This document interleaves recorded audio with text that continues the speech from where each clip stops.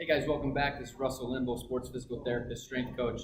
This is Become a Better Human Project. I'm here with my buddy Matt. We're going to be talking about Throwers Thursday. It's a Thursday, so we're going to be talking about what do I look for motor control during initial evaluation.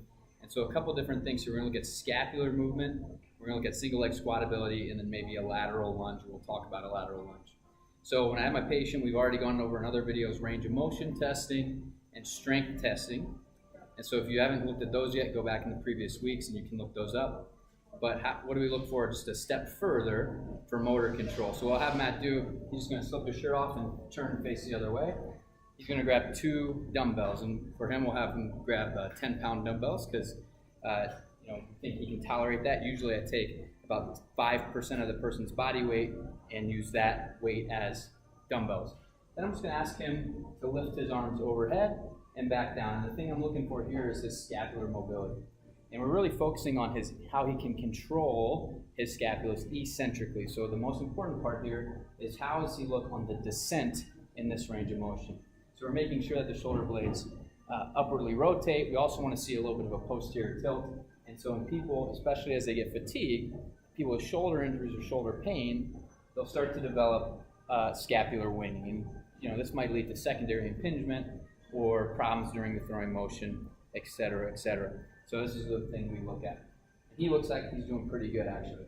So when he's ready, you can stop doing that. We'll have him put his shirt back on. And then we're going to go into a single leg squat position. And so the thing I look for here is when someone's squatting, if they're a right-handed pitcher, I definitely want to see how their right leg gets into a single leg squat position because that's their stride or their drive leg, right, or their single leg balance position. As they come off the mound, we want to see how they control this. They're not dumping into internal rotation in the valgus, right? And then of course we're going to look at their stride foot leg because we want to make sure as they land from a throw that they can absorb impact. So I'll just have Matt do here is face forward, and then I'm just going to ask him to squat forward as low as he can in a controlled manner.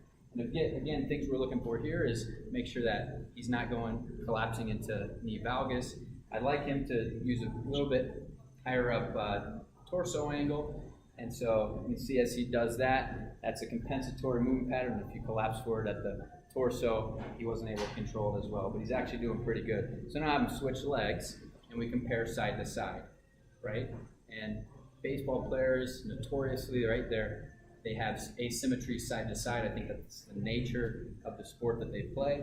But we're making sure that we're finding things, if we need to, finding things that we can then improve on.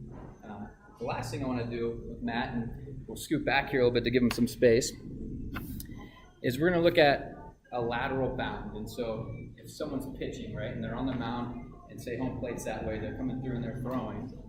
While you don't bound in baseball, you do have to have a transfer of your center of mass, and you have to be controlled through your back leg. Your back leg is what's driving through the ground to create momentum and force to drive your body forward. Now, I'm not a pitching coach, I don't claim to be, but we think of physics and center of mass and that sort of thing. I want to know how he can transfer his center of mass from one position to the other and see if he can do it in a controlled fashion. So what I'm going to have him do is single leg squat and then bound over and land and see if he can control that.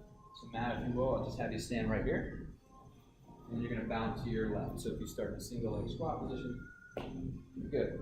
I'm looking if he's controlled in his landing or if he's got some proprioception or balance issues that we might be able to work on. And so you can continue going. The more fatigue they get, obviously, they might not do as well. But he's doing a pretty great job. So thanks for tuning in. This is the motor control assessment for Become a Better Human Project. My name is Russell Limbo. This is Matt, and appreciate you guys tuning in to this Throwers Thursday. Thanks.